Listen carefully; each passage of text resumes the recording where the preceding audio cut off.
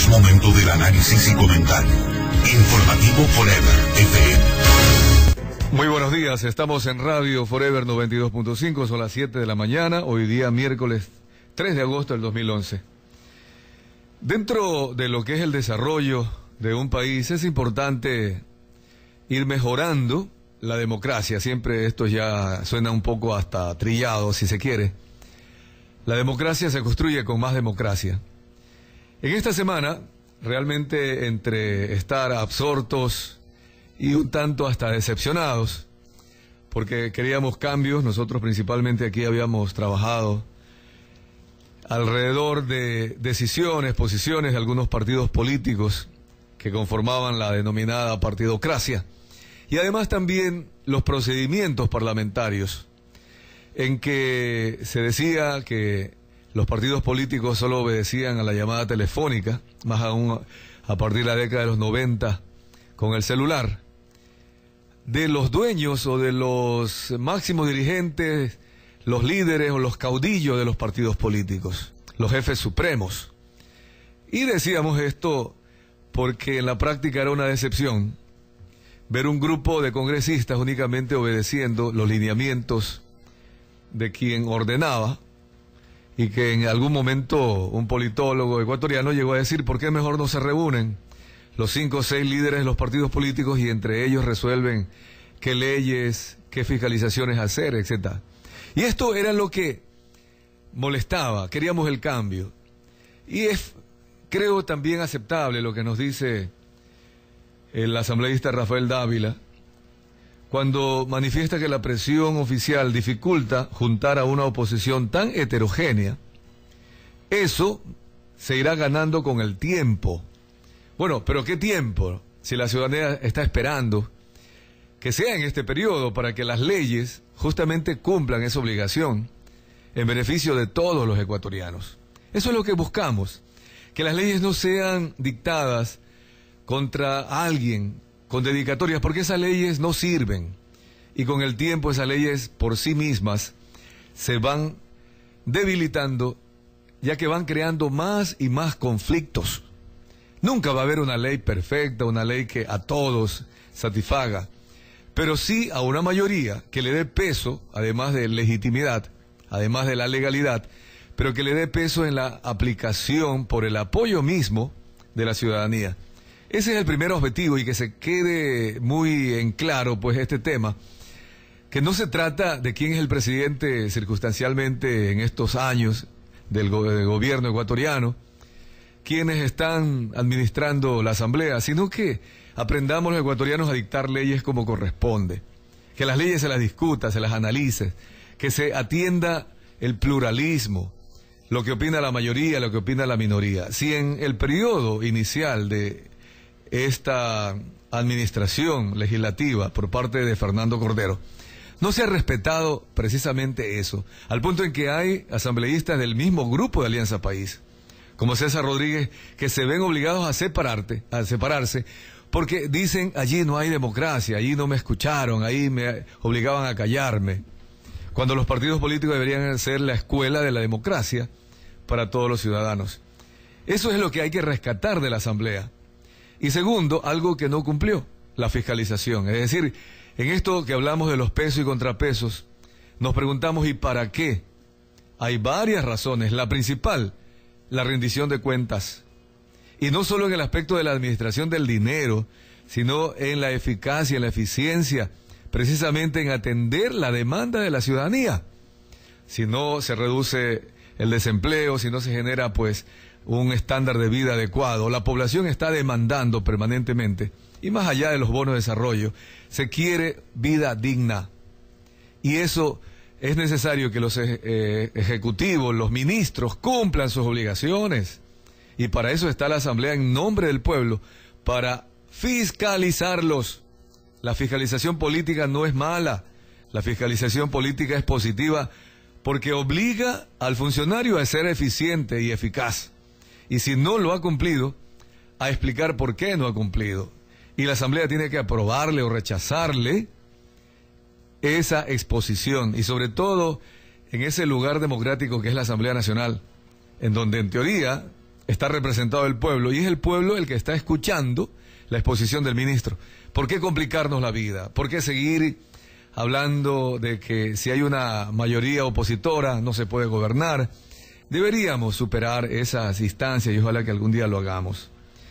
Hemos escuchado las grabaciones de Ecuador TV, un medio de comunicación oficial de la Presidencia de la República prácticamente, publicado en YouTube, en que corroboran esa decepción que la ciudadanía siente con la experiencia de las elecciones de las dignidades en la Asamblea Nacional el domingo anterior, cuando Fernando Cordero, siendo candidato, el procedimiento parlamentario obliga, si es que hay un presidente que pide la reelección, tiene que renunciar al cargo y ceder, en este caso a la primera vicepresidenta, a Irina Cabezas.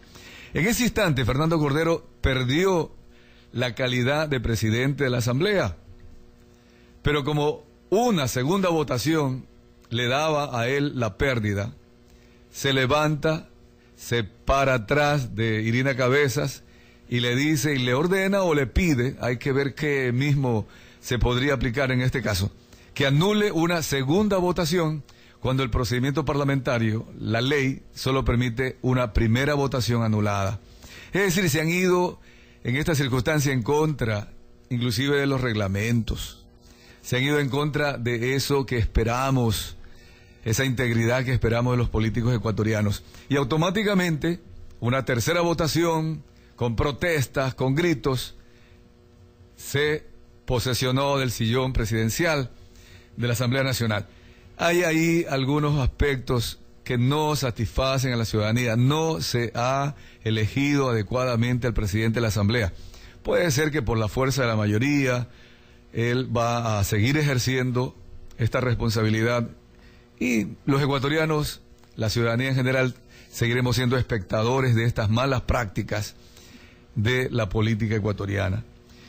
Ahora, ¿qué va a pasar mañana jueves cuando supuestamente Fernando Cordero, ya como nuevo presidente o presidente reelegido, va a convocar para la elección del el primer y el segundo vicepresidente o vicepresidenta de la Asamblea Nacional?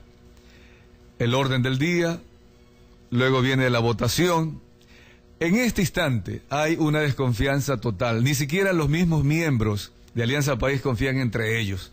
Ayer se iban a reunir entre asambleístas y el presidente le dijo, no, yo también quiero estar presente. Se reunieron ayer en la sede, en la avenida Chiris y Naciones Unidas, para discutir el tema de las elecciones de mañana, pero en un ambiente de desconfianza. Lo mismo pasa con la oposición. La opinión que hoy día publica el diario El Universo en la segunda página por parte de Jimmy Pino Argote, municipalista, dice, es difícil recobrar la confianza, en especial en el bloque municipalista. No vamos a poder recuperar la unidad. Hay municipalistas que votaron en blanco el domingo y que han intentado explicar por qué lo hicieron, sabiendo que eso iba a favor de Fernando Cordero, y no han convencido a la sociedad que realmente hayan obedecido a sus conciencias, pero una conciencia pura, pensando en el bien común, el bien general. Siempre es oportuno en todas estas experiencias sacar justamente de alguna manera dentro de lo negativo lo positivo. En democracia existe lo que se denomina la negociación democrática. Como a algunas personas no les gusta hablar de negociación porque viene de negocio, y el negocio puede ser de alguna manera derivado a cuánto me das, cuánto hay de dinero, de chequera o de cargos. Hoy día, muy temprano, el licenciado Orlando Murillo entrevistaba a Andrés Roche de Madera de Guerrero, cuestionándole primero por qué votó Madera de Guerrero por el secretario de confianza de Alianza País y de Fernando Cordero. Él dice que es un hombre íntegro. Bueno, hay que respetar ese criterio, porque eso es juego democrático.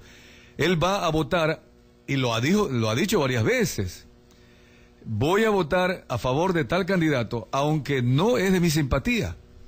¿Por qué? Porque considera que ese candidato, aunque no sea de su simpatía, sí va a cumplir las obligaciones que corresponde.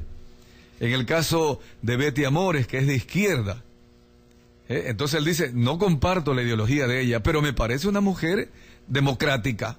Esas fueron las palabras de Andrés Roche, y es lo que hay que respetar precisamente, que no lo hagan por otro tipo de obligaciones o de compromisos, sino porque esa persona va a cumplir su obligación de legislar y de fiscalizar, que es lo que debe hacerlo de acuerdo a la voluntad. Esa es la verdadera voluntad del pueblo. Si los asambleístas durante estos 4 años y medio no trabajaron para apoyar las leyes, mejorar las leyes, y eso obligó a que la función judicial tuviera problemas, ellos son también responsables de haber dictado leyes que no permitían ni siquiera la buena actuación de la policía en general. Entonces hay que rectificar, hay que en este nuevo periodo ser democrático y no dictar leyes por las elecciones, por los votos.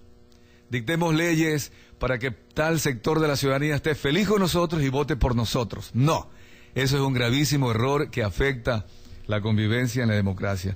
Y para concluir, como decimos, ya no hablemos entonces de negociación política, sino del juego democrático, que también juego es una palabra que puede ser mal entendida, ¿no? Pero es importante, ya sea que se llame negociación democrática, o ayer que nos metimos en este lío porque varios amigos oyentes opinaban en contrario, de acuerdo a lo que decía Fernando Bustamante, de recoger el naipe, barajarlo y volverlo a repartir. Que no se entienda que es un juego de azar, que no se entienda que es un juego de dinero en donde el que más da va a tener el mejor naipe. No, ni de trampas, peor. Lo que se entienda es que en democracia debe existir el intercambio de razones. Hay muchas situaciones y a todos los días a todos nos toca negociar. Es necesario negociar, dialogar, ponerse de acuerdo. ¿Por qué? Por la gran finalidad de evitar mayores conflictos que provoquen mayores problemas, tanto entre las partes como con terceros que pagan las consecuencias. En el Ecuador, quien paga la consecuencia política siempre es el más pobre, es el sector de menor ingreso. Ellos son los que pagan las consecuencias de subir impuestos por subirlos.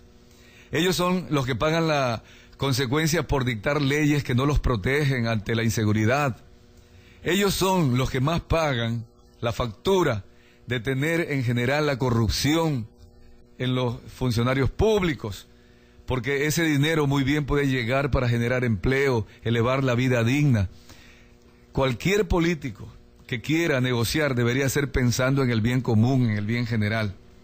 Pero no solo para negociar, hay que ceder y aceptar lo que la otra parte imponga.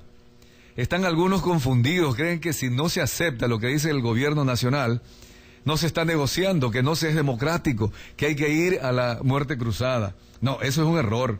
Porque si el débil, el sumiso, acepta la imposición del más fuerte, lo hará momentáneamente por alguna necesidad, pero no es una decisión permanente ni es sólida, porque esa persona sumisa, débil, momentáneamente se queda en el fondo resentida y en algún instante va a rendir o a pedir que le rindan cuentas.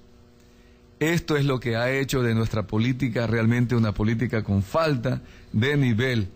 Esperemos que esta negociación política, que es muy compleja, le dé la razón y la satisfacción a todas las partes, pero siempre pensando en el bien común. Vamos al corte comercial.